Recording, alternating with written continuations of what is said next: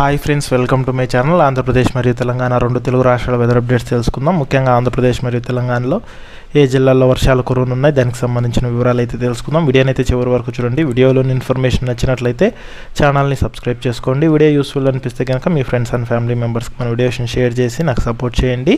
ఇక లేట్ చేయకుండా టాపిక్లోకి వెళ్ళిపోదాము. రెండు తెలుగు రాష్ట్రాలకు వాతావరణ శాఖ వర్ష సూచన అయితే జారీ చేసింది.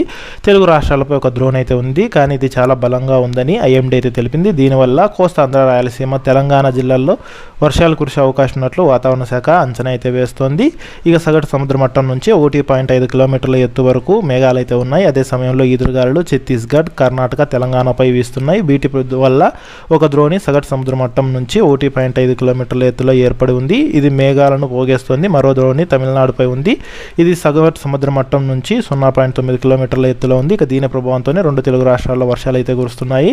ఇక వీటి ఫలితంగా ముఖ్యంగా తెలంగాణలో నిజామాబాద్, జగిత్యాల, రాజన్న సిరిసిల్ల, కరీంనగర్, యాదాద్రి భువనగిరి, సిద్దిపేట, జనగాం, హనుమకొండ, వరంగల్, మహబూబాబాద్, సూర్యాపేట, పెద్దపల్లి, హైదరాబాద్, మేడ్చల్, మల్కాజ్గిరి, వికారాబాద్, సంగారెడ్డి, మెదక్, కామారెడ్డి జిల్లాల్లో ఉరుములు, మెరుపులు, ఈదురుగాలులు, అక్కడక్కడ వడగండ్లతో కూడిన వర్షాలు కురిసే అవకాశం ఉన్నట్లు వాతావరణ శాఖ అయితే తెలిపింది. ఇక అదే సమయంలో ఏపీలోని పలు ప్రాంతాల్లో కూడా వర్షాలు కురుస్తాయని వాతావరణ శాఖ అయితే తెలిపింది. తేలికపాటి నుంచి మోస్తరు వర్షాలు, అలాగే అక్కడక్కడ ఉరుములు, మెరుపులు, ఈదురుగాలులతో పాటు వడగండ్లతో కూడిన వర్షాలు కురిసేందుకు అవకాశం ఉన్నట్లు వాతావరణ శాఖ అయితే హెచ్చరికలు జారీ చేసింది. ముఖ్యంగా ఏపీ రాష్ట్రంలో చూసుకున్నట్లయితే పల్నాడు, ప్రకాశం, వైఎస్ఆర్ కడప, నంద్యాల జిల్లాల్లో వర్షాలు కురుస్తాయని వాతావరణ శాఖ హెచ్చరికలు జారీ చేసింది.